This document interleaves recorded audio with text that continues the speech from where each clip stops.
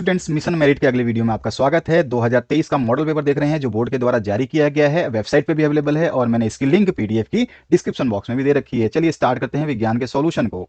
तो यहाँ पर चलिए विज्ञान के सॉल्यूशन में पहला जो प्रश्न आपको सभी को पता है कि नए पैटर्न में जो है आपके 20 बहुविकल्पीय प्रश्न रहेंगे और उसके बाद जो है आपके छोटे प्रश्न लिखित प्रश्न पूछे जाएंगे खंड बी में। यानी कि आपका दो खंड होंगे, एक तो आपका 20 नंबर का एमसीक्यू रहेगा क्योंकि आपका जो पेपर है वो 70 नंबर का होगा, ये तो आपको पता ही है। और 20 नंबर के बाद में 50 अंकों के प्रश्न जो है आपको लिख कर करने होंगे। तो 20 अंकों के प्रश्न तो आप केवल टिक करके हासिल कर सकते हैं। तो चलिए स्टार्ट करते हैं। साथ ही साथ मैं आपको बता दूं 2023 का जो इंग्लिश का मॉडल पेपर था आपका, उसको मैंने कंप्लीट सॉल्यूशन दे दिया है, इंग्लिश को कंप्लीट समझा दिया है आराम से। और उसी तरह से दूसरा जो आपका एसएसटी यानी सोशल साइंस का जो मॉडल पेपर था उसको भी मैंने सोशल साइंस को कंप्लीट करा दिया है। जो भी विद्यार्थी इंग्लिश मीडियम के लिए सॉल्यूशंस चाहते हैं वो इंग्लिश मीडियम के लिए अलग से कमेंट कर दें और जितने मैक्सिमम जल्दी से इंग्लिश मीडियम के लिए आप कमेंट करेंगे मैं आपके इंग्लिश मीडियम के सॉल्यूशन दे दूंगा। तो आपके ऊपर डिपेंड है, अगर आप चाहते हैं तो कमेंट सेक्शन खुला हुआ है और फ्री ऑफ कॉस्ट है, पैसे तो लगने नहीं है, आपको बस 1 सेकंड का समय निकालना है, कमेंट कर देना सर मुझे इंग्लिश मीडियम में चाहिए। और अपने 10 दोस्तों को 15 दोस्तों को, जो भी आपके 60 स्कूल के फ्रेंड है, 40 स्कूल के फ्रेंड है, तो उनको भी बोलिए कि वो भी कमेंट करें। जैसे जैसे कमेंट्स की राइजिंग होती जाएगी इंग्लिश मीडियम में सॉल्यूशन आपको दे दिए जाएंगे। तो एसएसटी और आप इंग्लिश देख सकते हैं। अगले क्वेश्चन से स्टार्ट करते हैं। हमारा पहला प्रश्न जो है बहुविकल्पीय प्रश्न, इसमें सीधा सीधा पूछा क्या गया आपसे, सदिश राशि है। सदिश राशि का मतलब होता है वेक्टर क्वांटिटी। तो वेक्टर क्वांटिटी इसमें से कौन सा है? यहाँ बोल रहा है कि कार्य है यानी कि वर्क है, या दावा यानी कि चैलेंज है, या फिर बल यानी कि फोर्स है, या फिर सामर्थ्य यानी कि कैपेसिटी है। मैं वैसे ही सिंपली बता रहा हूँ। तो सदिश राशि जो है ये वेक्टर क्वांटिटी जो है कौन सी होती है? तो हमारा जो बल है वो सदिश राशि होती है। फोर्स जो है हमारा सदिश राशि होता है। तो यहाँ पे जो आंसर आ गया बल, ठीक है, इसको हम बोलते हैं फोर्स। क्लियर हुआ? और सदिश राशि को हम बोलते हैं वेक्टर क्वांटिटी। क्लियर? आते हैं नेक्स्ट क्वेश्चन की तरफ। नेक्स्ट जो क्वेश्चन है इसमें पूछा गया संवेग का मात्रक है। संवेग मतलब होता है मोमेंटम। तो मोमेंटम जो है इसका मात्रक आपसे पूछा गया। तो मोमेंटम का जो मात्रक होता है वो मीटर पर सेकंड होता है। क्या होता है? मीटर पर सेकंड। तो का ऑप्शन जो है हमारा करेक्ट हो जाएगा। इसके बाद आते हैं नेक्स्ट क्वेश्चन की तरफ। तो नेक्स्ट क्वेश्चन में क्या पूछा गया? मीटर पर सेकंड को हम मीटर बाई सेकंड भी लिख सकते हैं। प्रश्न नंबर 3 है, निम्न में कौन संवेग का जो है सही सूत्र है? संवेग का सही सूत्र पूछ लिया। सही सूत्र संवेग यानी मोमेंटम। मोमेंटम का पी से हम डिनोट करते हैं, ठीक है। तो पी से डिनोट करते हैं और ये होता है मास इनटू वेलोसिटी। क्या होता है? मास इनटू वेलोसिटी यानी कि द्रव्यमान गुणा में वेग। तो यहाँ पे कौन सा है द्रव्यमान और कौन सा है वेग? द्रव्यमान एम को बोलते हैं मास और वी को बोलते हैं वेलोसिटी यानी कि वेग, और पी को बोलते हैं संवेग। तो P equals to M into V. The correct answer is क।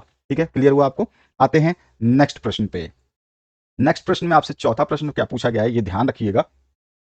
एक खिलाड़ी लंबी कूद लगाने से पहले दौड़ता है, तो किस लिए दौड़ता है? यहाँ पे ऑप्शंस हैं हमारे सामने। तो देखिए, आप जब भी कुछ चीज करते हो तो क्या करते हो? अपना मोमेंटम लाने के लिए, मतलब उस लय में आने के लिए, ठीक है ना, उस चीज में आने के लिए। तो उस चीज में आने के लिए, उस चीज को महसूस करने के लिए जो कार्य किया जाता है उसको हम बोलते हैं अपने आप में मोमेंटम लाना। आपने सुना होगा, कभी कभी बोला होगा अरे यार तू तो लय में आ गया, ठीक है ना। तो यानी कि मोमेंटम को हम बोलते हैं संवेग, यानी कि अपना वो संवेग बढ़ाता है। क्लियर हुआ ना? तो यहाँ पर कौन सा आंसर हो जाएगा हमारा? ग ऑप्शन करेक्ट हो जाएगा। नेक्स्ट क्वेश्चन की बात करते हैं। यहाँ पर पांचवा प्रश्न देखिए और समझिए। एक मोटर कार का वेग जो है 5 सेकंड में 40 मीटर पर सेकंड से घट करके, यानी कि रिटायर्डेशन हो रहा है, कम हो रहा है, ध्यान रखना, घट रहा है, ये चीज आपको ध्यान रखना है, घट करके 20 मीटर प्रति सेकंड रह जाता है। मोटर कार का मंदन, मंदन मतलब होता है रिटायर्डेशन। एक्सेलरेशन जो होता है, एक्सेलरेशन मतलब तेज, ठीक है, तेज जो होता है हमारा, तेज जिसको बोलते हैं उसको हम बोलते हैं त्वरण, ठीक है। और जो है आपका त्वरण जो है उसके बाद में एक आपका क्या आता है? रिटायर्डेशन। रिटायर्डेशन क्या होता है? अत्वरण होता है या फिर कि उसमें कमी हो जाती है।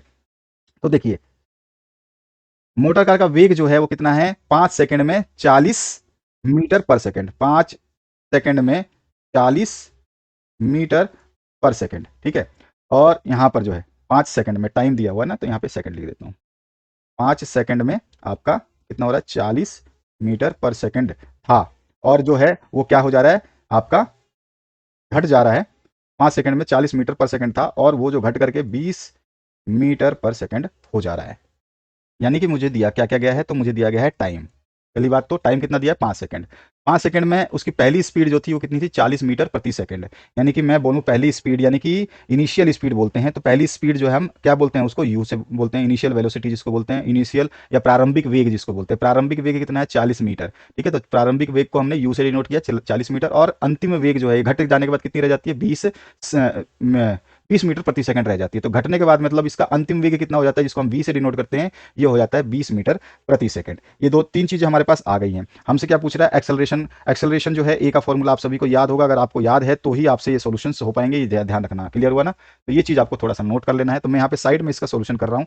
एक्सेलरेशन का आपको फॉर्मूला आपको अच्छी तरह से पता है, जिसको हम v minus u upon T से डिनोट करते हैं, क्योंकि हमारे पास यही चीज है, v है, u है, t है, इससे संबंधित फॉर्मूला हम यूज करेंगे। ठीक है ना? हमारे को समझना है कि फॉर्मूला कैसे लगाते हैं। यार फॉर्मूला तो बहुत सारे हैं, तो लगाना कौन सा है? तो हमें जो वैल्यू दी जाती है इनसे ही मिलता जुलता जो हमारे को इक्वेशन सेटिस्फाई लगती है उसको हम लगा देते हैं। बाकी प्रैक्टिस पे निर्भर करता है, धीरे धीरे वो भी समझ में आ जाएगा। तो यहाँ पर जो है एक्सेलरेशन मुझे निकालना है, त्वरण जो है इसका यानी कि मंदन निकालना है। मंदन मतलब होता है त्वरण का उल्टा, कम हो जाता है। तो यहाँ पे आंसर जो है नेगेटिव में आना चाहिए। तो v कितना है 20, तो 20 मैंने v, देखो यहाँ पे v है ना, तो v हमारा 20 माइनस कितना करना है, u को करना है, u कितना है 40। क्लियर हुआ? बटे में t कितना है, t हमारा 5 सेकंड है, तो हमने 5 लिख दिया। अब इसको मैं घटा दूं तो 20 में से माइनस 40 करूंगा तो माइनस का 20 बचेगा, और बटे में 5 तो है ही, 5 से कटूंगा तो 5 एकम 5 और 5 चौक 20, यानी कि मेरे पास जो आंसर आया वो -4 मीटर पर सेकंड स्क्वायर। ठीक है ना? ये इसका क्या हो गया, एक्सेलरेशन। क्योंकि ये मीटर स्क्वायर क्यों आएगा, क्योंकि देखो यहाँ पर जो है आपका पहले ही ये मीटर प्रति सेकंड में था,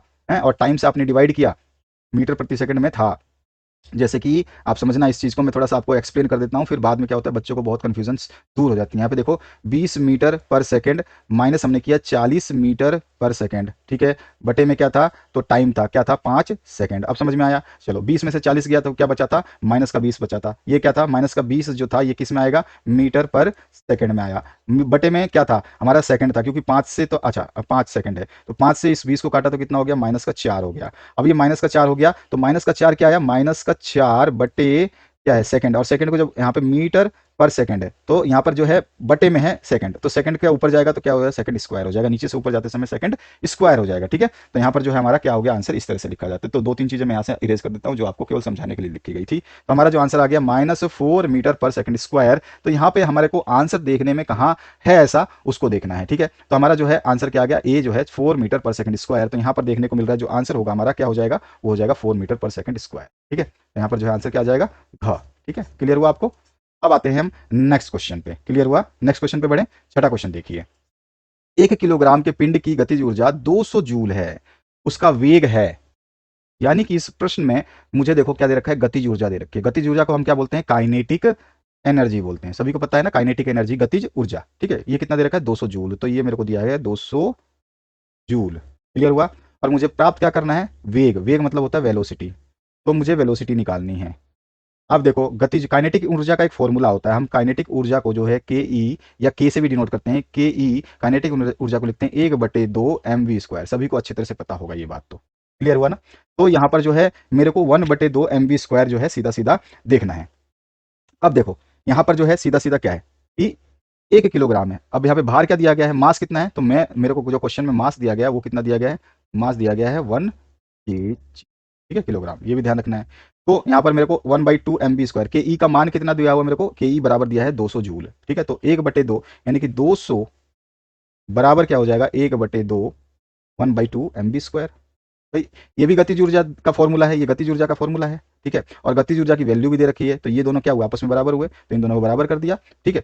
अब जो है मैं क्या कर लूंगा, यहाँ से उल्टा सीधा कर दूं और मेरे को निकालना है वैल्यू। तो मुझे जो है यहाँ से 2 से अगर मैं इसको उधर ले जाऊँ, 2 के अगर इसको उधर ले जाऊँ, पहले मैं सारी वैल्यू रख देता हूँ। ठीक है? मुझे v² निकालना है, ध्यान रखना कि v निकालना है मुझे, क्या निकालना है, वेलोसिटी निकालनी है। तो मुझे अगर इसका 1/2 इधर जाके क्या हो जाएगा, 400 हो जाएगा। ठीक है ना? क्योंकि ये इधर जाके गुणा हो जाएगा, इधर क्या बचेगा, mv²। समझ में आया ना आपको? आपको गणित तो आता ही है कि हम जब यहाँ पे जिधर भाग होता है इक्वल के उधर ले जाते हैं तो गुणा हो जाता है, अगर गुणा होता है तो उधर जाके भाग हो जाता है। तो यहाँ पे 400 बराबर mv² आ गया। मास मेरे को दे रखा है 1 kg। ठीक है? तो मैं अगर m की जगह 1 रखूँ तो केवल 400, तो मेरे पास आगे क्या इक्वेशन बनेगी, ये बचेगा 400 बराबर क्या हो जाएगा, v²। v² क्यों हुआ कि m के मान कितना दे रखा है, m का मान मेरे को दे रखा है देखो 1 kg। तो मैं इस इक्वेशन में अगर m की जगह 1 रखूँ तो v² ही बचेगा। मैं सीधा लिख रहा हूँ, बाकी आप एक लाइन मैं ऐड करना चाहूँ तो मैं आपको कर देता हूँ। चलो यहाँ पे 400 हो गया। ठीक है? इक्वल्स टू क्या हो गया, यहाँ पर m की जगह क्या रखना है, 1। ठीक है? गुणा, क्योंकि 1 क्यों लिखना है कि मान हमारे को दिया है 1 किलोग्राम, वस्तु है यहाँ पर हमारे को दे रखी है, तो 1 m का मतलब हमारा मास द्रव्यमान दे रखा है, और v² मुझे पता ही नहीं है तो मैंने छोड़ दिया, यानी कि 1 गुणा v² क्या हो गया, v²। तो पहले भी मैंने वही लिखा था, अभी भी वही लिखा, समझ में आ गया? अब मुझे v² हटाऊंगा तो v का मान चाहिए, v बराबर v का जब स्क्वायर हटाते हैं तो दूसरे वाली संख्या क्या हो जाता है, अंडर रूट चला जाता है। तो ये 400 का क्या हो जाएगा, अंडर रूट। 400 का अंडर रूट हो जाएगा तो मैं 400 का अंडर रूट निकालूंगा तो कितना आ जाएगा, 20 आ जाएगा। सभी को पता है अंडर रूट निकालना आता होगा। तो ये हमारे पास v क्या आ गई, वेलोसिटी जो आ गई मीटर प्रति सेकंड में होती है। ठीक है, तो ये 20 मीटर प्रति सेकंड आ गया। आंसर कहाँ पर है, का जो ऑप्शन है 20 मीटर प्रति सेकंड, ये हमारा सही आंसर इसका हो जाना है। क्लियर हुआ आपको? आगे बढ़ते हैं 7वें प्रश्न पे। 7वें प्रश्न में जी का अर्थ जो है आपसे पूछा गया है। जी जो है आपका क्या होता है, तो सभी को अच्छी तरह से पता है, जी जो है गुरुत्व को बताता है। ठीक है, इसको बताता है गुरुत्व को, तो हमारा जो है यहाँ पर ख ऑप्शन करेक्ट हो जाएगा। स्मॉल जी जो है गुरुत्व का अभिलक्षण करता है।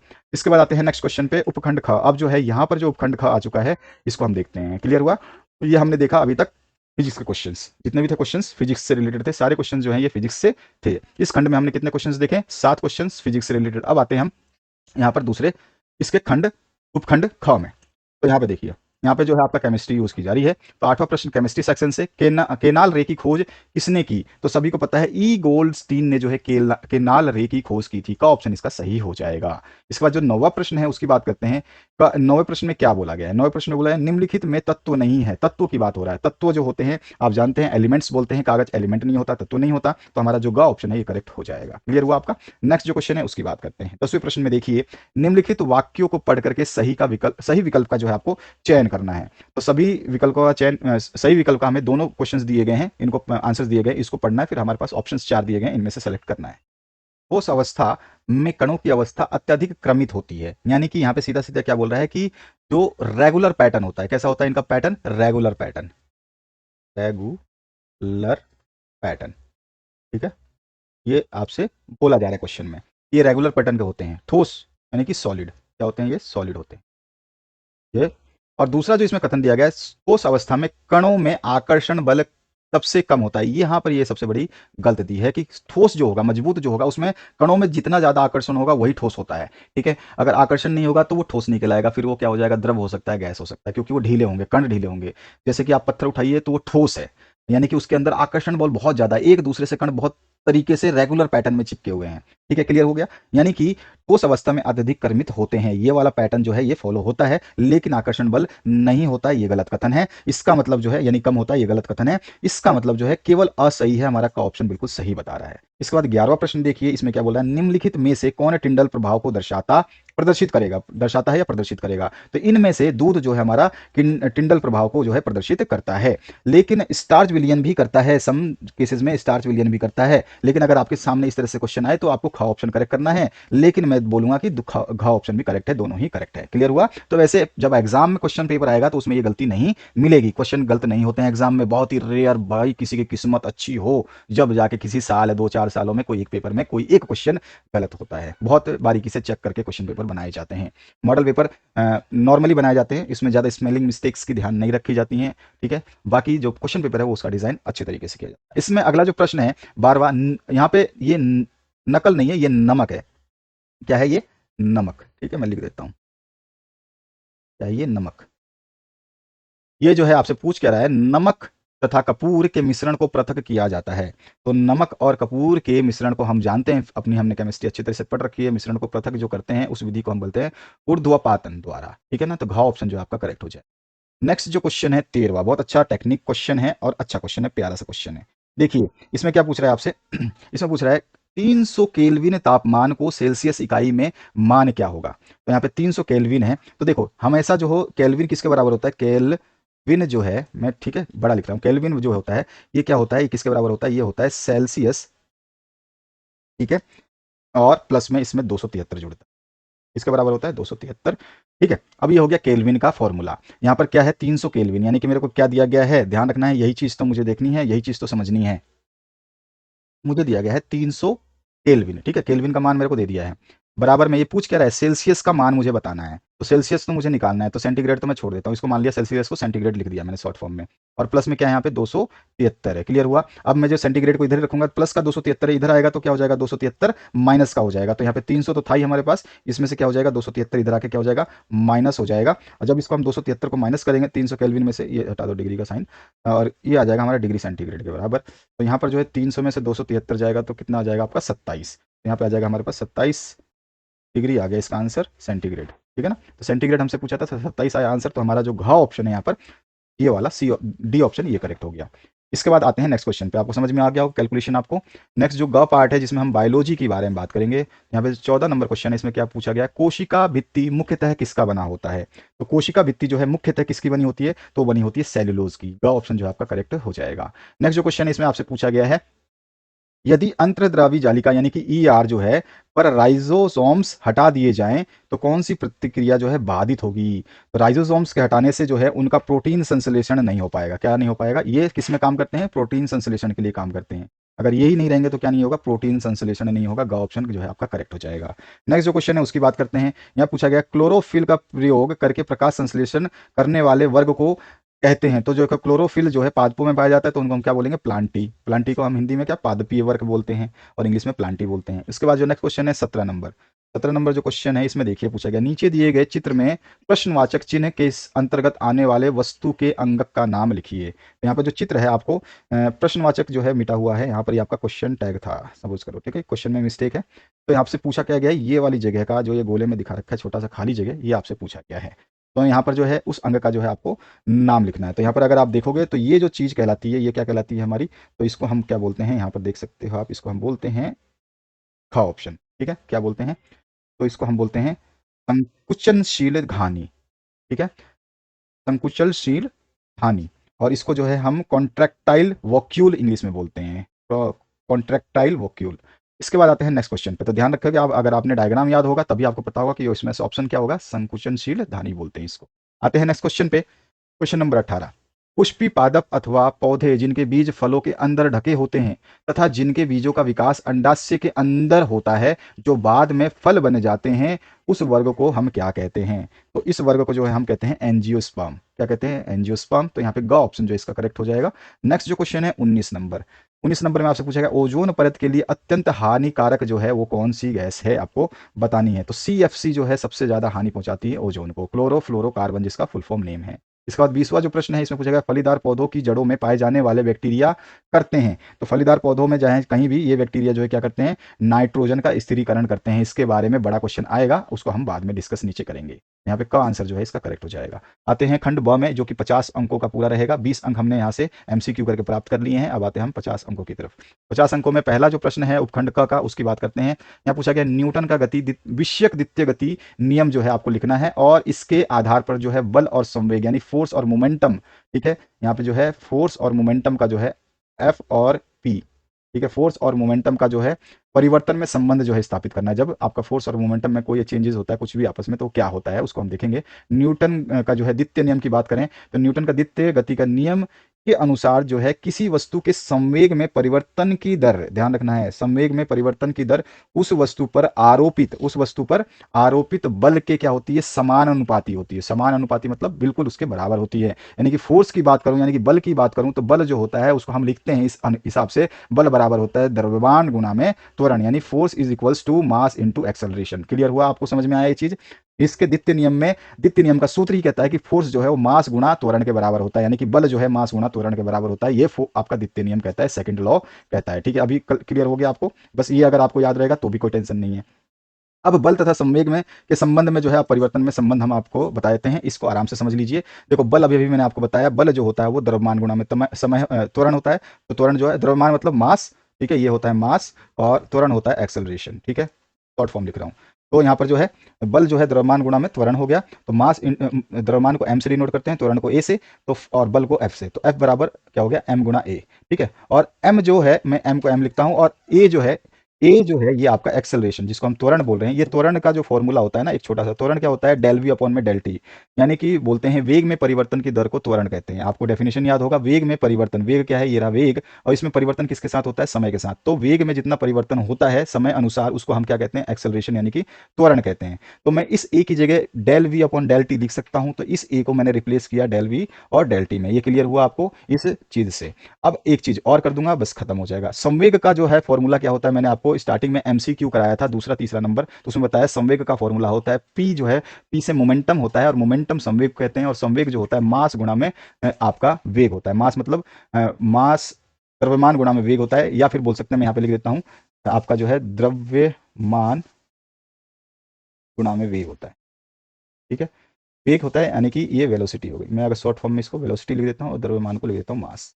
तो मास इंटू वेलोसिटी होती है, ये सीधा सा। आप जानते हो आप किसी भी वस्तु का मास जो है परिवर्तित नहीं किया जा सकता, उसके साथ में उसका एक्सेलरेशन, उसकी वेलोसिटी, बहुत सारी चीजें जो है परिवर्तित हो सकती है, किसी वस्तु का मास जो है परिवर्तित नहीं होता। तो जो है मोमेंटम जब बदलेगा तो सबसे ज्यादा चेंज जो होगी वो वेलोसिटी की वजह से होगी। यानी कि अगर मैं मोमेंटम को बदलना चाहूँ, संवेग को बदलना चाहूँ, तो मैं किसको बदलूंगा, मेरे को यहाँ पे वेलोसिटी को बदलना पड़ेगा। क्योंकि देखो मास तो हिलेगा नहीं, मास मान लो एक है तो एक ही रहेगा कभी भी, ठीक है, उस वस्तु का। और मास अगर दो है तो दो ही रहेगा, तो मास तो चेंज नहीं होगा, मास को चेंज नहीं कर सकते। फिर हम अगर हमें संवेग को ही बदलना है, ठीक है, तो संवेग को बदलने के लिए किस वैल्यू को बदल सकते हैं, हम वेग को बदल सकते हैं। तो अगर मैं वेग में परिवर्तन करता हूँ, वेग में परिवर्तन को मैंने लिखा डेल्टा वी, ये जो है त्रिभुज जैसा, इसको डेल बोलते हैं, सिंपली डेल बोलते हैं, और वैसे बोलो तो पूरा फॉर्म बोलते हैं डेल्टा। तो ये डेल्टा वी जो है, अगर मैं डेल्टा वी करूंगा तो संवेग क्या हो जाएगा, डेल्टा पी। अगर इसमें मैंने डेल्टा का परिवर्तन किया है तो संवेग भी कितना परिवर्तित होगा, डेल्टा, क्योंकि एम जो है स्थिर है। क्लियर हुआ। तो यहाँ पर मैं कह सकता हूँ डेल्टा मतलब संवेग में परिवर्तन बराबर होता है मास गुणा में वेग में परिवर्तन। क्लियर हुआ। वही फॉर्मूला है, जिसको चेंज किया उसका साइन दूसरी तरफ लगा दिया। तो मैं कह सकता हूँ यहाँ पर एक चीज कि जो है ये मास, अब आप यहाँ पे ध्यान देना, देने वाली चीज यहीं पर आपको समझ में आ जाएगी। डेरिवेशन समझना है तो आराम से समझिए, तभी जाके, अगर जिन बच्चों ने कुछ भी नहीं पढ़ा है ना, वो भी बच्चे यहाँ पे अब पास हो सकते हैं इन सब चीजों को सीख करके। तो यहाँ पर देखेंगे, यह मैं मेरा पास मास है, ठीक है, और यहाँ पर जो है ये डेल्टा वी है, ये चीज आपको दिखाई दे रही है। तो मास गुणा में क्या है, डेल वी, यानी कि मास गुणा में डेल्टा वी है यहाँ पर। तो मास गुणा में डेल्टा वी है किसके बराबर, डेल्टा पी के बराबर है। तो इस जगह पे मैं क्या लिख सकता हूँ, डेल्टा पी लिख सकता हूँ। इस जगह पे क्या लिखा मैंने, डेल्टा पी लिखा, इसकी जगह मैंने लिख दिया डेल्टा पी, और बटे में क्या है, डेल्टा टी है, वो डेल्टा टी है। तो यही जो है हमारा जो है आपका फोर्स इक्वल्स टू वेग में परिवर्तन की दर जो है वो चेंज हो, सॉरी, संवेग में परिवर्तन चेंज हो सकता है आपका जो है समय के परिवर्तन के हिसाब से। तो यहाँ पर सिंपली जो है हमें क्या, बल और संवेग में परिवर्तन में संबंध बताना था। तो अगर जो है हमारा यहाँ पर देखो ये संवेग है, अगर इसकी जगह हम डेल पी लिख दे तो बल और संवेग में परिवर्तन का संबंध स्थापित हो जाता है। तो ये समझ में आ गया होगा, बहुत छोटा सा है लेकिन समझाने के लिए मैंने आपको एक एक पॉइंट डिस्क्राइब कर दिया। आते हैं नेक्स्ट पॉइंट पे इसके, जिसमें आपका दूसरा प्रश्न जो पूछा जा रहा है इसको हम समझते हैं। न्यूटन का सार्वत्रिक गुरुत्वाकर्षण का नियम लिख करके जी, स्मॉल जी और कैपिटल जी में जो है आपको संबंध स्थापित करना है। बहुत ही सिंपल सा क्वेश्चन है, 4 नंबर आपको करने से मिलेंगे।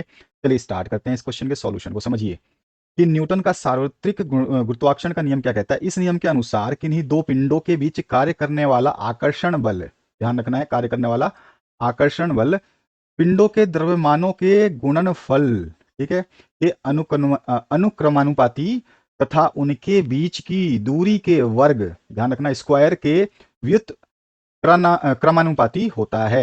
ये चीज ध्यान रखनी है। अब समझिए यहाँ पर दो पिंडों के बीच कार्य करने वाला आकर्षण बल, पिंड नंबर 1 मान लीजिए आपका ये है, नीला वाला आप जो पिंड देख रहे हैं ये 1 नंबर है, ये पिंड 2 नंबर है। कोई दो पिंड है, यानी कोई दो बॉडी है, ठीक है, पिंड मतलब बॉडी, कोई भी ऑब्जेक्ट है, इनके बीच में जो आकर्षण बल, यानी कि एक दूसरे की तरफ जो है आकर्षित करते हैं, इसका बल इसकी तरफ लगेगा और इसका बल इसकी तरफ लगेगा। इस तरह से फोर्स जो है F1 और F2, मान लो कि मास M1 है इसका, तो इसका मास M2 मान लिया, ठीक है, कम हो ज्यादा उससे कोई फर्क नहीं पड़ेगा। तो अगर इसका M1 माना है तो इसको F1 मानेंगे, और इसका M2 माना है तो इसको F2 मानेंगे। इन दोनों के बीच यानी कि सेंटर टू सेंटर जो दूरी है उसको हमने R मान लिया, D भी मान सकते हैं, R भी मान सकते हैं, आपकी मर्जी है, ठीक है। तो हमने ये सब चीज मान लिया, समझ में आ गया आपको। तो यहाँ पर जो है इनके बीच में जो ये फोर्स जो काम कर रहा है, आकर्षण बल काम कर रहा है, ये पिंडों के द्रव्यमानों के गुणनफल के अनुक्रमानुपाती। तो पिंडों के द्रव्यमान M1 और M2 के गुणा, यानी द्रव्यमान के गुणनफल, ठीक है, तो गुणनफल M1 इंटू M2, ठीक है, के अनुक्रमानुपाती, ठीक है, किसके, उसके अनुक्रमानुपाती तथा उनके बीच की दूरी के वर्ग के व्युत्क्रमानुपाती होता है। व्युत्क्रम मतलब होता है आपका कि बटे में। तो पिंडों के बीच की दूरी r है, r का क्या कह रहा है, वर्ग, तो बटे में r का स्क्वायर, ठीक है। और इसमें जो है आपका कैपिटल G है, एक स्थिरांक है, इसको हम लेके चलते हैं। क्लियर हुआ। तो F1 और F2 दोनों ही इस कंडीशन में क्या हो जाएंगे, बराबर हो जाएंगे, किसके, इसके। क्लियर हुआ। अब इसको हम ड्राइव कर लेते हैं, यानी G और G में संबंध स्थापित कर देते हैं। तो देखिए जी और जी में संबंध कैसे स्थापित करेंगे। मान लीजिए कि यहाँ पर एक चित्र मैंने दिखाया है आपको, ये पृथ्वी है, और पृथ्वी का जो सेंटर है, इस सेंटर से एक रेडियस जो है उसकी त्रिज्या r है। यहाँ तक आपको समझ में आ चुका है। अच्छा, यहाँ पर जो है पृथ्वी का जो मैं मानता हूँ बड़ा वाला द्रव्यमान जो है, ये कैपिटल M जो आपको दिख रहा है, ये पृथ्वी का द्रव्यमान है, यानी कि किसका, ये जो है अर्थ का मास है, ठीक है, किसका मास है, ये अर्थ का मास, यानी कि पृथ्वी का द्रव्यमान है ये। अच्छा, और छोटा वाला जो m है, छोटा वाला m जो है, ये जो है माना कोई ऑब्जेक्ट है, क्या है, ऑब्जेक्ट है, यानी कि कोई बॉडी है जो पृथ्वी के किसी सतह पे रखी गई है। क्लियर हो गया अब आपको? यानी कि इसकी भी दूरी पृथ्वी से कितनी होगी, आर के बराबर ही होगी, क्योंकि यहाँ से आर की डिस्टेंस यहाँ तक कितनी है, आर है, तो हर जगह पे त्रिज्या कितनी होती है, आर होती है, सभी को पता है, हर जगह पे ये आर बराबर होगा। चलो, तो माना पृथ्वी का द्रव्यमान जो हमको इस तरह से लिखना है इसलिए बता रहा हूँ, माना पृथ्वी का द्रव्यमान जो है वो है एम, कैपिटल एम, और त्रिज्या जो है कितनी है, कैपिटल आर। यहाँ पे चित्र में दिखाया गया कैपिटल आर जो है उसकी त्रिज्या है, और जो कैपिटल एम है वो पृथ्वी का क्या है, आपका मास है, द्रव्यमान है। ठीक है, चित्र से स्पष्ट है। इसके बाद में माना पृथ्वी की सतह पर जो है कोई छोटा एम द्रव्यमान की कोई वस्तु रखी है, ऑब्जेक्ट रखा हुआ है छोटा एम, ठीक है, ये ऑब्जेक्ट रखा हुआ है पृथ्वी की किसी सतह पे।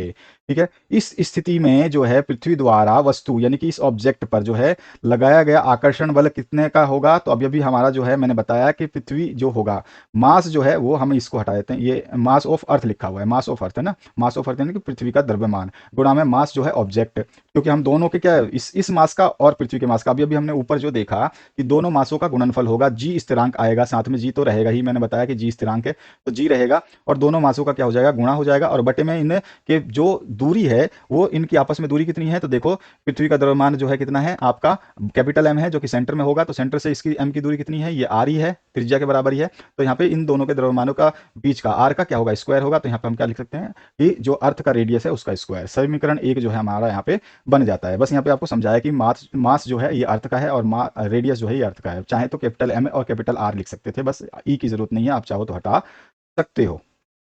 क्लियर हुआ? समीकरण एक हो गया। यदि पृथ्वी का गुरुत्व त्वरण, अगर मान लें कि जो है ग्रेविटेशनल फोर्स पृथ्वी का वो जी है, और तो एम जो है द्रव्यमान की वस्तु पर लगने वाला गुरुत्व बल यानी ग्रेविटेशनल फोर्स जो होगा वो कितना होता है, तो फोर्स जो होता है हमारा मास इंटू ग्रेविटी होता है, मास इंटू ग्रेविटी होता है। आपको पता है कि अगर ये बॉडी एम है तो इस पर लगने वाला फोर्स कितना होगा, तो एम इंटू जी होगा, मास इंटू ग्रेविटी होगा, यही हमारा फोर्स का फॉर्मूला होता है। ये समीकरण नंबर 2 है। अगर मैं समीकरण एक को देखूं तो ये भी फोर्स का फॉर्मूला है, ठीक है, और समीकरण 2 को देखूं तो ये भी फोर्स का फॉर्मूला है, यानी कि ये फोर्स और ये फोर्स क्या है, दोनों एफ एफ है, तो यानी कि दोनों क्या है, बराबर है। यानी कि मैं कह सकता हूं समीकरण 1 और 2 से समीकरण एफ बराबर एफ है, यानी कि एक एफ जो है एम जी है, तो मैंने एक एफ एम जी लिखा, ये वाला एफ एम जी है अगर, तो एम जी लिखा, और दूसरा एफ अगर मेरा G into M, capital M into small m upon में आर स्क्वायर है, तो उसको मैंने लिखा। समझ में आया आपको? तो दोनों को बराबर कर दिया, क्योंकि दोनों ही फोर्स हैं, दोनों ही बल हैं, तो यहाँ पर दोनों बल बराबर हो गए। अगर दोनों बल बराबर हो गए तो मुझे किसका निकालना है, छोटे वाले जी की वैल्यू निकालनी है। तो यहाँ पर देखो, जब हमारा यहाँ पर हो गया तो इसको हम सॉल्व करके दिखाए थे, मैं डायरेक्ट, आपको फिर समझ में नहीं आएगा। तो यहाँ पर क्या है, मुझे जी निकालना है, तो मेरे पास पहले से इधर क्या है, मेरे पास जी इंटू में कैपिटल एम इंटू में स्मॉल एम अपॉन में आर स्क्वायर तो पहले से ही था, और इधर जो था मेरे पास जी छोड़ दिया मैंने, जी छोड़ दिया क्योंकि जी मुझे निकालना है, तो मुझे ये एम इस जी के साथ गुणा है, तो इधर जाके क्या हो जाएगा, भाग हो जाएगा, तो इसके बटे में ये क्या आ जाएगा, ये वाला एम आ जाएगा। ठीक है, भाग हो गया इस पूरे से, अब भाग हो गया तो स्मॉल एम से स्मॉल एम क्या हो गया, खत्म हो गया, स्मॉल एम से स्मॉल एम खत्म हो गया, तो हमारे पास बचा क्या, जी की वैल्यू जो स्मॉल जी है वो आप बचा क्या, जी इंटू एम अपॉन में R square, G into M upon में आर स्क्वायर, यही जी और जी में जो है संबंध है। ठीक है, तो यही संबंध हमें स्थापित करना था, बहुत सिंपल सा है, समझाने में मेरे को समय आपको देना पड़ा। चलिए अगले क्वेश्चन को देखते हैं, जिसमें आपसे पूछा गया है अनुप्रस्थ तथा अनुदैर्ध्य तरंग को परिभाषित कीजिए तथा सिद्ध कीजिए कि क्या करना है, तरंग का वेग जो होता है, ठीक है, वो आवर्ती और तरंग दैर्ध्य जो है उसके गुणनफल के बराबर होता है। ठीक है, तरंग का वेग जो है आवर्ती गुणा तरंग दैर्ध्य होता है, ये हमें सिद्ध करना है। बहुत ही सिंपल सा क्वेश्चन है। इसमें सबसे पहले अनुप्रस्थ तरंग क्या होता है, जब माध्यम के कण तरंग के संचरण की दिशा में, किसके संचरण की दिशा में, ये चीज इंपॉर्टेंट है, लंबवत कंपन करें तो उसे अनुप्रस्थ तरंग कहते हैं। ये चीज बहुत ही सिंपल सी डेफिनेशन, जैसे पानी में बनने वाली लहर जो है अनुप्रस्थ तरंग का उदाहरण है।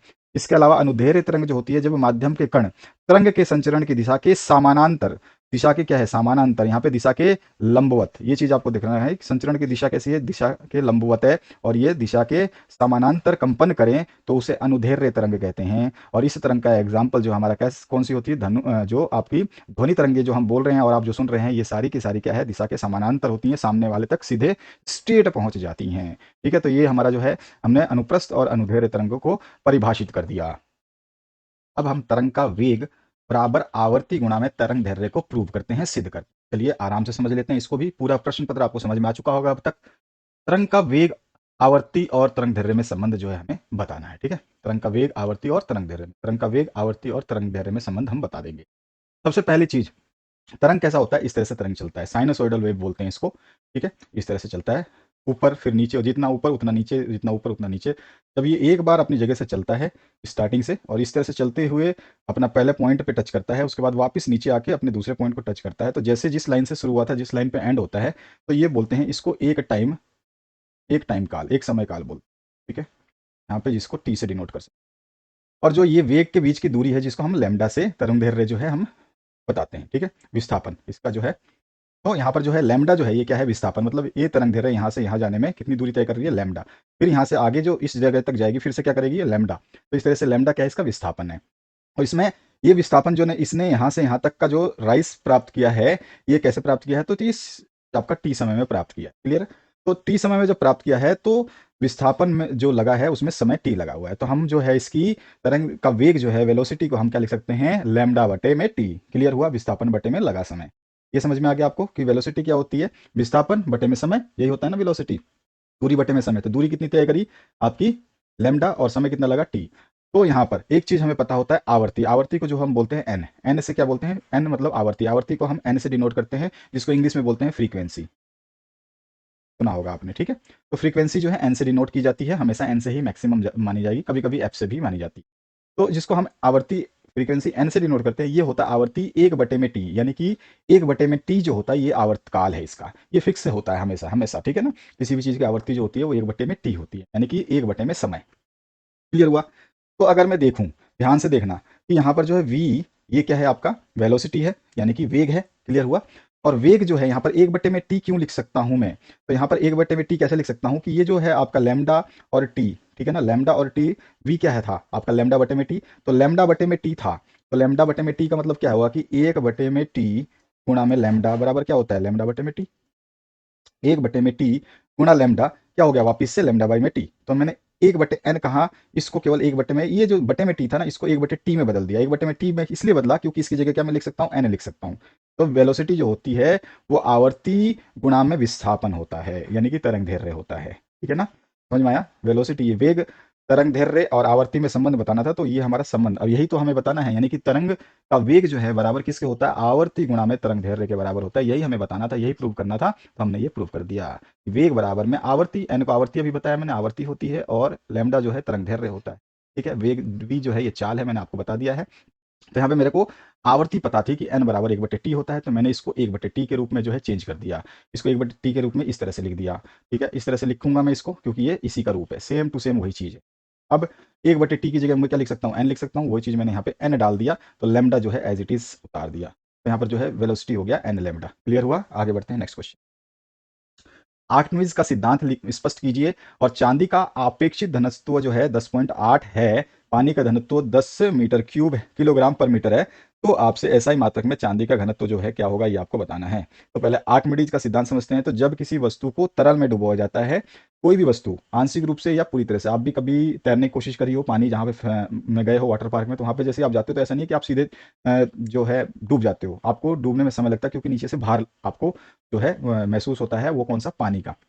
तो पानी एक अपोजिट डायरेक्शन में जो है, तरल जो है वो अपोजिट डायरेक्शन में एक वस्तु पे फोर्स लगाता है। तो जब वस्तु को तरल में पूर्ण या आंशिक रूप में डुबोया जाता है, पूर्ण या आंशिक रूप दोनों तरह से हो सकता है ये, तो वह वस्तु जो है उस ऊपर की दिशा में एक बल का अनुभव करती है। जो वस्तु डूबती है ना उसको ऐसा लगता है कि नीचे से कोई उसको धक्का दे रहा है, ठीक है। और जो वस्तु द्वारा हटाए जल के भार के बराबर होती है, यानी कि वो जो उसके ऊपर जो बल लग रहा है ना वो कितना, किसके भार के बराबर होता है, जो जल उसने हटाया है वस्तु ने, मतलब जितनी जगह वो बना के जा रही है उसके नीचे उतने पानी की जगह के पानी के भार के बराबर होता है। यही उत्प्लावन बल कहलाता है, और यही जो है उत्प्लावन बल कहलाता है, और इसे ही हम आर्किमिडीज का सिद्धांत भी कहते हैं। क्लियर हुआ। तो ये आर्किमिडीज का सिद्धांत स्पष्ट कर दिया हमने। अब चांदी, अन्य शब्दों में अगर मैं छोटे से लिखना चाहूँ एक शब्द में, तो किस तरह से हम लिख सकते हैं इसको, कि अन्य शब्दों में किसी तरल माध्यम में आंशिक या पूर्णतः डूबी हुई वस्तु पर लगने वाला उत्प्लावन बल, ठीक है, लगने वाला उत्प्लावन बल। यहाँ पे मैंने क्या डिटेल में बताया, उत्प्लावन बल क्या होता है, जो उस वस्तु की विपरीत दिशा में कार्य कर रहा होता है, और जो है किसके बराबर होता है, जल, जो वो वस्तु ने जल हटाया उसके बराबर होता है, उसी को हम उत्प्लावन बल कहते हैं। तो उत्प्लावन बल जो उस वस्तु द्वारा विस्थापित तरल के भार के बराबर होता है, यही जो है आपका आर्किमिडीज का सिद्धांत है। अब इसमें उत्प्लावन बल जो होता है उसको हम लिख सकते हैं, जो होता है विस्थापन, विस्थापित द्रव्य का भार, जो मतलब मान लीजिए कि यहाँ पर पानी है, अब इस पानी में कोई ये डब्बा आप डुबा रहे हैं, तो ये डब्बा जो डूबेगा यहाँ पर, तो इस जगह से ये पानी, इतना जो पानी है डूबने के लिए इतना पानी उसको हटाना पड़ेगा, तो इस पानी का जो भार होगा, समझ गए ना, ये जो पानी जितना ये डब्बा जितना बड़ा है उतना ही नीचे जाएगा, तो ये जो भार होगा ना वो क्या होगा, आपका विस्थापित द्रव्य का भार होगा, ठीक है ना। यानी कि इस पानी ने कितना द्रव्य हटाया है, विस्थापन मतलब हटाया हुआ पानी का भार, तो उसने कितना पानी हटाया, तो अपने आप में यहाँ पे इस जगह पे इतनी जगह बना लेगा, तो ये पानी का भार जो है वो क्या होता है, इसका आयतन, इस वस्तु का आयतन, ठीक है, इसका घनत्व, यानी कि डेंसिटी कितनी है, मतलब हल्की वस्तु है, भारी वस्तु है, बहुत भारी वस्तु है, और गुरुत्व जो है आप जानते ही हो, जी जहाँ हमेशा एक्ट करेगा, तो जी जो है वो एक्ट करेगा इसके साथ। तो यहाँ पर जो है उत्प्लावन बल किसके बराबर हो जाएगा, आयतन यानी कि वॉल्यूम, हम बोल सकते हैं इंग्लिश में वॉल्यूम, घनत्व यानी कि डेंसिटी, ठीक है, और आपका जो है गुरुत्व यानी कि जी, तो इसके जो है मल्टीप्लाई के बराबर होता है। और चांदी का घनत्व जो है उसको निकालना था हमें, तो चांदी का घनत्व जो है वो होता क्या है, अपेक्षित घनत्व गुणा में पानी के घनत्व के बराबर, डायरेक्ट ये फॉर्मूला है, ठीक है। चांदी का घनत्व होता है अपेक्षित घनत्व गुणा में पानी का घनत्व। आपको रिलेटिव डेंसिटी यानी अपेक्षित घनत्व दिया हुआ है, चांदी का अपेक्षित घनत्व कितना दिया हुआ है, 10.8। तो चांदी का जो अपेक्षित घनत्व है, अपेक्षित घनत्व उसको रखा 10.8 और गुणा में 10 to the power 3 kilogram metre cube जो है पानी का घनत्व दिया गया है। तो पानी का घनत्व भी फॉर्मूले में लिखा हुआ ही है, पानी का घनत्व ये रहा, तो पानी का घनत्व से हमने इसको गुणा किया, तो गुणा करने पे इससे ज़्यादा ये सॉल्व भी नहीं होगा, तो यही हमारा आंसर हो जाएगा। बस इतना ही है, सिंपली अगर आपको फॉर्मूला पता था तो ये एक लाइन का आंसर था। आगे बढ़ते हैं नेक्स्ट क्वेश्चन पे। इसके अथवा पार्ट की बात करते हैं। अथवा में है यदि किसी कार का द्रव्यमान जो है 1500 केजी है, यानी कि जो है उसका मास जो दिया गया है, कार का द्रव्यमान कितना है, मास जो है हमारे को द्रव्यमान कितना है 1500 केजी दिया गया है, तो उसके वेग को 30 किलोमीटर प्रति घंटा से 60 किलोमीटर प्रति घंटा तक बढ़ाने में कितना कार्य करना पड़ेगा। यानी 30 किलोमीटर प्रति घंटा की चाल से वो चल रही है, यानी कि स्टार्टिंग जो है u यानी कि प्रारंभिक वेग जो है u हमारे को दे रखा है 30 किलोमीटर प्रति घंटा के चाल से चल रही है, और उसको हमको 60 किलोमीटर प्रति घंटा करना है, तो कितना कार्य करना पड़ेगा, वर्क कितना करना पड़ेगा, कितना जूल कार्य करना पड़ेगा, वो हमें निकालना है। सबसे पहले प्रारंभिक वेग जो है u हमने लिख लिया, अंतिम वेग हम नीचे देख लेंगे, अंतिम वेग ये रहा। तो प्रारंभिक वेग जो है 30 किलोमीटर प्रति आवर है। हमेशा हम जो प्रारंभिक वेग है, समय जो है हम हमेशा सेकंड में लेके चलते हैं, ठीक है, और मीटर में, दूरी जो है मीटर में रहेगी, और जो है आपका समय जो है सेकंड में होना चाहिए, ये ध्यान रखना है। तो यहाँ पर जो है हम इसको जब चेंज करेंगे तो 30 को 30 लिख दिया, और ये किलोमीटर में है तो इसको मीटर में कन्वर्ट करना है, तो 1 किलोमीटर में जो है 1000 मीटर होते हैं। तो 1000 मीटर से मैं अगर इसको गुणा कर दूंगा तो ये पूरा मीटर में बदल जाएगा। किलोमीटर हटाने के लिए मुझे 1000 मीटर से इसको भाग देना पड़ेगा, गुणा करना पड़ेगा। और प्रति घंटा है, प्रति घंटा मतलब कि नीचे की तरफ घंटा है, माइनस का लगा हुआ है ना कि नीचे आ गया, तो प्रति घंटा है। तो 1 घंटे में 60 मिनट होते हैं, और 60 मिनट को 60 सेकंड से गुणा कर देंगे तो ये पूरा का पूरा सेकंड में कन्वर्ट हो जाएगा, आप जानते हो। इसके बाद में जो है हम इसको सॉल्व कर देंगे तो ये सीधा सीधा आ जाएगा हमारे पास 25/3 मीटर प्रति सेकंड, ठीक है। ये इसका क्या हो गया, हमारा किलोमीटर प्रति घंटा जो था इसको हमने कन्वर्ट करके लिखा क्या, मीटर प्रति सेकंड में कन्वर्ट कर दिया। इसी तरह से जो है कार का अंतिम वेग जो कि u दिया हुआ है, हमारे को 60 बनाना है उसको, तो 60 किलोमीटर तक पहुंचने के लिए कार्य जो बताएंगे उससे पहले हम 60 किलोमीटर को जो है फिर से चेंज कर देंगे, किसमें, वापिस से मीटर प्रति सेकंड में। तो यहाँ पर मैंने डायरेक्ट कर रखा है, आप चाहो तो मैं इसको समझा देता हूँ कि आपको 60 को जो है किलोमीटर में है तो इसको मीटर में बदलने के लिए हमें क्या करना पड़ेगा, 1000 से गुणा कर देना पड़ेगा। और जो है यहाँ पे समय जो है हमारा 60 गुणा में 60 है, ठीक है, क्योंकि नीचे समय क्या है, एक समय क्या है, घंटा है आपका, ये घंटा में है तो इसको मिनट में बदलने के लिए 60 से जो आपका सेकंड में बदलने के लिए 60 मिनट को 60 सेकंड से गुणा कर दूंगा, 60 गुणा 60, एक 60 से एक 60 कट जाएगा, और एक जीरो से एक जीरो कट जाएगा, तो हमारे पास बचा क्या, 100/6। अगर मैं इस 100 को भी अगर काटना चाहूँ तो 2 के पहाड़े से 50 बार में कट जाएगा, और ये 2 के पहाड़े से 3 बार में कट जाएगा ना, 50/3। तो 50/3 मीटर प्रति सेकंड जो है इसका अंतिम वेग आ गया, जो कि मैंने डायरेक्ट लिखा था।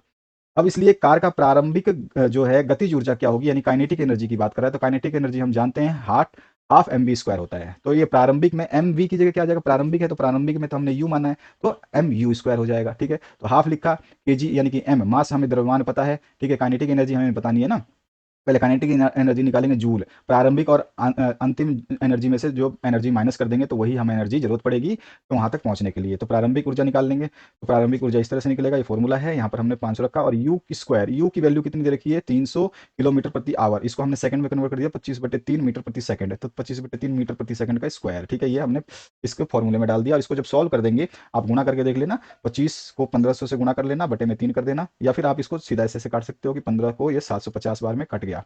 अब आपके पास बचा क्या, 750 गुणा में 25 और बटे में 3, ठीक है, 25 बटे आपको 3 करना होगा, ये सारा काटने के बाद ये आएगा। अब इसको आप कर लोगे तो यहाँ पर हमारे पास जो आंसर आ जाएगा वो आ जाएगा 52,083.33 जूल। इसके बाद आते हैं नेक्स्ट पार्ट की तरफ। इसी प्रकार से जो है अंतिम ऊर्जा, ये कार की, यहाँ पर क्या लिखा है, कार, ठीक है, इसी प्रकार कार की अंतिम ऊर्जा, यानी कि जो है इसको हमने क्या क्या काइनेटिक एनर्जी की प्रारंभिक ऊर्जा माना ना, तो इसको काइनेटिक एनर्जी जो है क्या माना, एनर्जी है ये, और कौन सी है, काइनेटिक एनर्जी है। तो काइनेटिक एनर्जी आई से मतलब इनिशियल, इनिशियल यानी कि प्रारंभिक, ठीक है, प्रारंभिक जो है ये आपकी गतिज ऊर्जा निकाल रहे हैं, प्रारंभिक गतिज ऊर्जा। इसी तरह से यहाँ पर जो एफ है ये फाइनल काइनेटिक एनर्जी, ठीक है, फाइनल काइनेटिक एनर्जी यानी कि अंतिम गतिज ऊर्जा। तो यहाँ पर जो है आपका फाइनल आ गया, फाइनल इसलिए कि वेलोसिटी जो है आपका वी आ रहा है। तो यहाँ पे हमारा जो है 1/2, यहाँ पे फॉर्मूला कौन सा लगेगा, तो काइनेटिक एनर्जी जो हमारा फाइनल निकल रहा है, फाइनल काइनेटिक एनर्जी, तो 1/2 mv स्क्वायर, यहाँ पे यू स्क्वायर था, यहाँ पे क्या लग रहा है वी स्क्वायर, और वी की जगह मुझे क्या वैल्यू पता है 50/3, अभी अभी हमने निकाला था वी की वैल्यू कितनी 50/3, तो उसका भी स्क्वायर कर दिया। इसको भी जब सॉल्व करेंगे तो यहाँ से 2 से काटोगे, ये 750 ही आएगा। ये ऐसे ही रहेगा, तो यानी कि मेरे को क्या करना है 750 इंटू में 50/3, ठीक है। इससे हमें सॉल्व कर लेना है, तो हमारा जो है इसको सॉल्व करेंगे तो हमारे पास आ जाएगा 20,800 208,333.33 जूल, ठीक है। इस तरह से ये जो है हमारे पास इसका वो होगा पूरा सॉल्यूशन। अब जब ये दोनों हमारे पास प्रारंभिक और अंतिम में जो है गतिज ऊर्जा आ गई, तो किया गया कार्य जो होगा यानी कि वर्क डन कितना होगा, फाइनल माइनस इनिशियल, ठीक है। यानी कि अंतिम में से जो है प्रारंभिक वाला हटा देंगे, तो हमारे पास इसको जो हमारे पास वर्क आ जाएगा।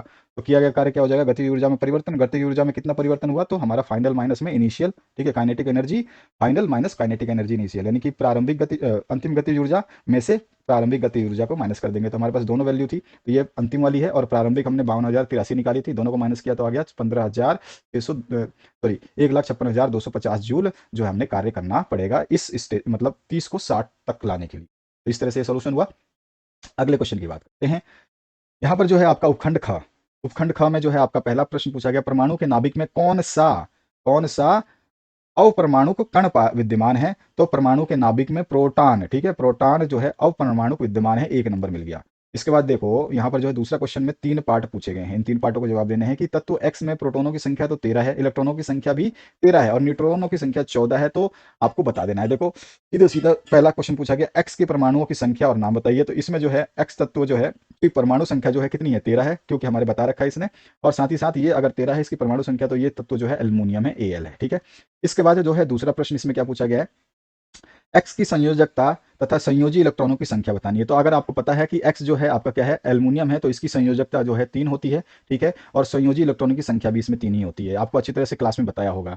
और तत्व जो है एक्स द्वारा धन आयन यानी कि केटायन प्राप्त होता है, क्योंकि इसमें कौन सा आयन प्राप्त होता है ये पूछा गया है, तो किस प्रकार का आयन प्राप्त होता है, धन आयन प्राप्त होता है, जिसको हम इंग्लिश में केटायन भी कहते हैं, ठीक है। तो आप केटायन भी लिख सकते हो, धन आयन भी लिख सकते हो। नेक्स्ट जो पार्ट है इसमें जो है प्रभाजी आसवन का चित्र बनाना है, क्रोमेटोग्राफी का चित्र बनाना है, दोनों चित्र आपके सामने हैं। ये है आपका प्रभाजी आसवन का, देख लो ये पूरा का पूरा चित्र है, और जो है आपका क्रोमेटोग्राफी का जो है चित्र यहाँ पर आपको दिख रहा है, तो ये आपका क्रोमेटोग्राफी का चित्र है। इसमें काली स्याही में विद्यमान डाइयों का प्रतिकरण दिखाया गया है। इसके बाद आते हैं नेक्स्ट पार्ट में, केवल उसमें चित्र बनाना था, और चित्र बनाने की प्रैक्टिस कर लेना, अगर साफ नहीं बना तो नंबर सही नहीं मिलते हैं। निम्नलिखित का कारण जो है आपको लिखना है, हमें इत्र की जो है गंध बहुत दूर बैठे हुए भी पहुंच जाती है हम तक, और बर्फीले जल से भरे गिलास के बाहरी सतह पर जल की बूंदें नजर आती हैं। इसके रीजन क्या है, 3 अंक 6 अंक दे जाएंगे, बहुत ही सिंपल सा रीजन है। इत्र से निकलने वाले गैस के रूप में जो गंध के कण हवा के कणों के साथ मिलकर के हमारे आसपास तक पहुंच जाते हैं, जिससे हम दूर बैठे भी इत्र की गंध को महसूस कर पाते हैं, क्योंकि वो हमारे आसपास तक किसके हवा के कणों के द्वारा पहुंच जाते हैं। तो पदार्थों के कणों का गुरुत्वाकर्षण बल जो है विरुद्ध आपस में मिलना जो है विसरण कहलाता है, यानी कि यहाँ पर जो है हवा के साथ एक ही जगह पे जा रहे हैं, जबकि गुरुत्वाकर्षण बल जो है दो कणों का समान जो गुरुत्वाकर्षण बल है जो एक दूसरे को मिलना नहीं देता है, हालांकि यहाँ पर जो है विरुद्ध में आपस में मिलता है, और उसी मिलन को जो है विसरण कहलाती है। अतः विसरण के कारण ही हमें जो है इत्र की गंध जो है बहुत दूर बैठे हुए भी हमारे तक पहुंच जाती है। उसके बाद में बर्फीले जल से भरा गिलास जो है उसमें पानी क्यों दिखाई देता है, तो हम देखते हैं, देखो गिलास की बाहरी सतह का तापमान जो है काफी कम होता है, आपको पता है कि ये गिलास है, इसमें पानी भरा हुआ है, ठीक है, ये गिलास है आपका, और इसमें पानी भरा हुआ है, तो बाहर का जो एटमॉस्फेयर है, जो यहाँ पे इस चारों तरफ जो एटमॉस्फेयर है वो कैसा है आपका, इस गिलास के पानी से क्या है कम होता है, ठीक है ना, ध्यान रखना है।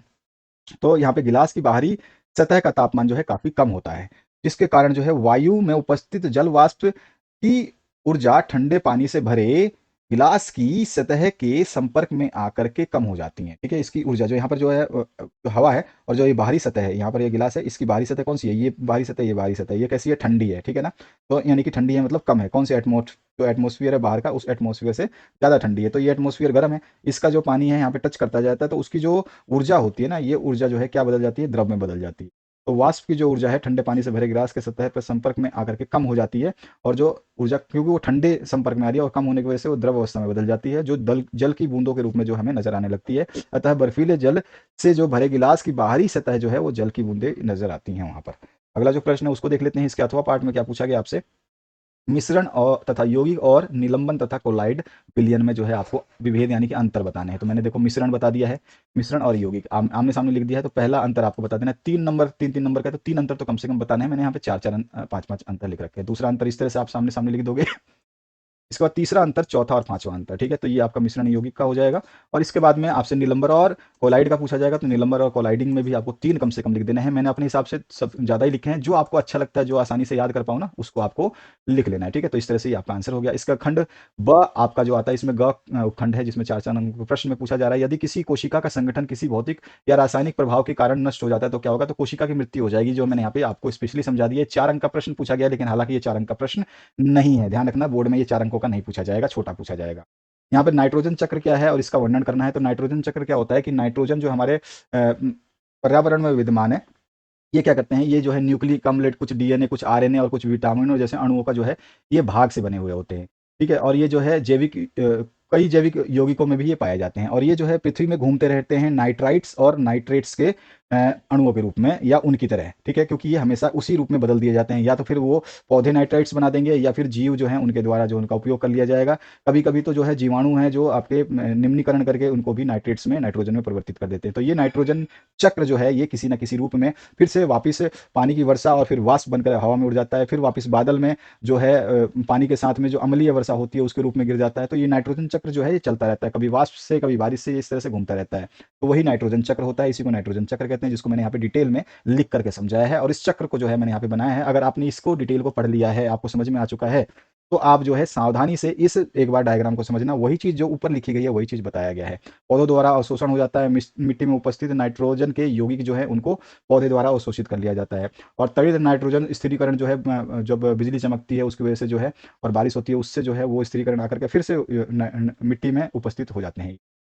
और ये पौधे द्वारा अवशोषण कर लिया जाता है, और जो है जंतुओं द्वारा पौधे को खा लेते हैं, ठीक है। फिर वो ये उत्सर्जन से फिर से मिट्टी में मिल जाते हैं, मतलब ये खुद अपनी मृत्यु से मिट्टी में मिल जाएंगे, और जो उत्सर्जित करेंगे अन्य पदार्थ जो खा करके वो भी मिट्टी में मिल जाएंगे, ठीक है। इस तरह से फिर ये मिट्टी में वापस उपस्थित हो जाता है। तो इस तरह से ये चक्र घूमता रहेगा, ठीक है। तो ये चक्र कभी रुकता नहीं है, इसी को नाइट्रोजन चक्र कहा जाता है। यही चीज़ मैंने यहाँ पे एक्सप्लेन करी हुई।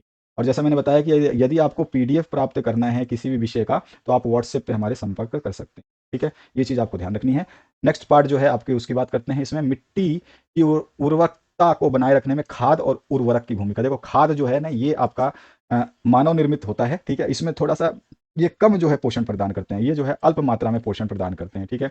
ये जो है जंतु अपशिष्ट और कचरे वचरे को जो है अपघटन से प्राप्त किया जाता है, क्योंकि ये अपघटन से प्राप्त है तो ज़्यादा पोषक नहीं होते हैं, हालांकि जो है नुकसानदायक बिल्कुल भी नहीं होते।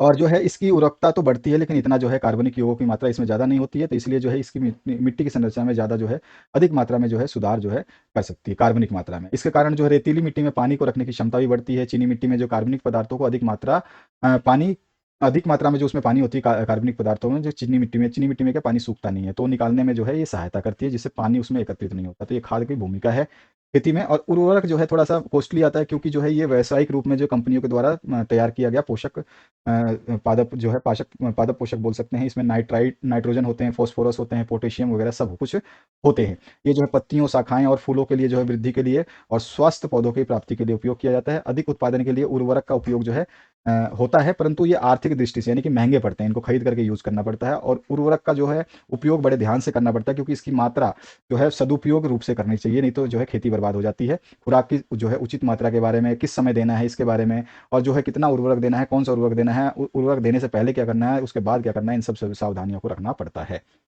इसके बाद जो नेक्स्ट पार्ट है, इसमें संयोजी उत्तक का सचित्र वर्णन करना है। तो संयोजी उत्तक तो बहुत सारी आपकी होती हैं, ठीक है, तो उनको हमने डिटेल में यहाँ बताया है। आप इनमें से थोड़ा थोड़ा 3-3 लाइनें कम से कम आप अपने एग्जाम में लिखेंगे सभी में से, तब जाके आपको 6 नंबर मिलेंगे, ठीक है। मैंने जितना लिखा है वो मैंने डिटेल में लिखा है, ताकि जो बच्चे डिटेल में समझना चाहते हैं इस चीज़ को वो अच्छे तरीके से समझ पाए। अगर पूरा पैराग्राफ समझते हो तो इसमें से केवल आप 3 लाइनें अपनी मर्जी से बना के लिख सकते हैं, ठीक है। तो संयोजी उत्तक हो गया, इसके बारे में समझ लेंगे। डायग्राम अपने बुक से बनाओ, या फिर यहाँ से आप जो है मोटे मोटे इस तरह से डंठियाँ बना करके बना सकते हो। ये सबसे बेस्ट डायग्राम है जो ईजिली बन जाता है, ज़्यादा इसमें रफली टफ नहीं है। जैसे कोई कटा हुआ पेड़ है उसी को बनाना है, बस उसी के ब्रांचेस निकाल करके थोड़ी झाड़ियाँ वाड़ियाँ निकाल देनी इस तरह से करके, हाँ ठीक है। यहाँ पे थोड़ा सा गोला करके ऐसे ऐसे बना देना है, एक गोला यहाँ पे सिमेट्रिकल बना देना है, एक थोड़ा सा आलू टाइप में बना देना है, इस तरह से है। और आपको इस तरह से कर देना, कोई दिक्कत नहीं आएगी आपको डायग्राम इस तरह से। बस आपको नाम याद रखने हैं, नाम सही तरीके से अगर आप लिख देते हो तो फिर आपको एग्जामिनर को संतुष्टि देने से कोई नहीं रोक सकता, वो आसानी से आपको पूरे नंबर जो है दे देगा। तो यहाँ पर जो है आपका ये डायग्राम हो गया, और ये सभी नामों को अच्छे तरीके से लिखना है। इसके बाद जो है संयोजी ऊतक के बारे में हमने बता दिया। एक अन्य प्रकार का जो संयोजी ऊतक जो है वो कंडरा है, उसके बारे में बता दिया। तो इनको जो है ढंग से थोड़ा तरीके से आप इसमें से थोड़ा थोड़ा कम लिख सकते हो, लेकिन ज़्यादा कम ना करें, और इनको अच्छे तरीके से याद करें जैसे लिखा गया है। ठीक है, इसमें कुछ भी इशू नहीं है जो आपको समझ में ना आए, आराम से पढ़ोगे तभी समझ में आएगा। जहाँ समझाने की चीज़ें होंगी वहाँ पे मैं समझाता हुआ चलूंगा। पादप कोशिका का सचित्र वर्णन करना है, तो पादप कोशिका में बहुत सारे जो है संयोजन होते हैं, यानी कि बहुत सारी कोशिकाएं होती हैं जिसमें अंतर्द्रव्य जालिका, जिसको ईआर के नाम से जाना था, ये होती है। गोल्जी उपकरण होता है, आपको सभी को पता है। इसके बारे में थोड़ा थोड़ा 2-2 लाइन 3-3 लाइनें आपको लिखते जाना है। लाइजोसोम के बारे में बताना है। ठीक है, पादप कोशिका का जो है आपको चित्र बनाना है, तो इस तरह का चित्र आपके बुक में भी है, आप इसको बना सकते हैं। ठीक है, और जंतु कोशिका का चित्र मैंने इसलिए बताया कि एग्जामिनर कभी भी घुमा सकता है कि पादप पूछा था, इस बार जंतु पूछ लेता हूँ। साथ ही साथ इसमें अंतर भी पूछता है कभी कभी, तो अंतर मैंने यहाँ पे बता दिया, पादप कोशिका और जंतु कोशिका के बारे में अंतर कभी पूछ ले, तो ये 3 पॉइंट तो कम से कम आपको याद रहेंगे इस वीडियो के माध्यम से। तो यहाँ पर 2-3 क्वेश्चन हमने एक साथ कर लिए। अब लाइजोसोम के बारे में जो है उसको बता देंगे थोड़ा सा हमने, लाइजोसोम कैसा आपका संयोजी ऊतक है। माइटोकॉन्ड्रिया है, उसके बारे में थोड़ा सा समझा देंगे। कभी कभी टिप्पणी लिखने के लिए आ जाता है, माइटोकॉन्ड्रिया पे लिखी है या प्लेसिड पे लिखी है, तो आपको ध्यान रखना है। रक्त धानियाँ क्या होती हैं उसके बारे में पूछता है। तो ये सारी चीज़ें जो है आपके संयोजी ऊतक में आता है, सॉरी पादप उसमें आता है कोशिकाओं में। तो पादप कोशिकाओं में ये सारी चीज़ें पाई जाती हैं जिसको जो है हमें डिस्क्राइब करनी होती है। तो इनमें आपको 2-2 3-3, ज़्यादा आपको लंबा लग रहा है तो केवल 3 लाइनें लिख के छोड़ देनी है। 3 लाइनें स्टार्टिंग के याद कर लो, वो भी बहुत है। तो इस तरह से जो है ये मिशन मेरिट का ये आपका वीडियो था जिसके हमने कंप्लीट सॉल्यूशन देखे। शेयर करना आप भूल जाते हो, आपसे हमेशा रिक्वेस्ट रहती है कि आप शेयर जरूर करें अपने दोस्तों के साथ में, अपने ग्रुप में, अपने व्हाट्सएप पे जो भी आपके मित्रगण हैं सभी के साथ में शेयर करें, ताकि वो लोग देख करके अपने स्कोर को भी सुधार सकें और जो चीज़ स्कूल में से नहीं समझ में आती वो यहाँ पर आके समझ सके। Thank you very much, have a good day. Next subject के लिए कमेंट कर दें।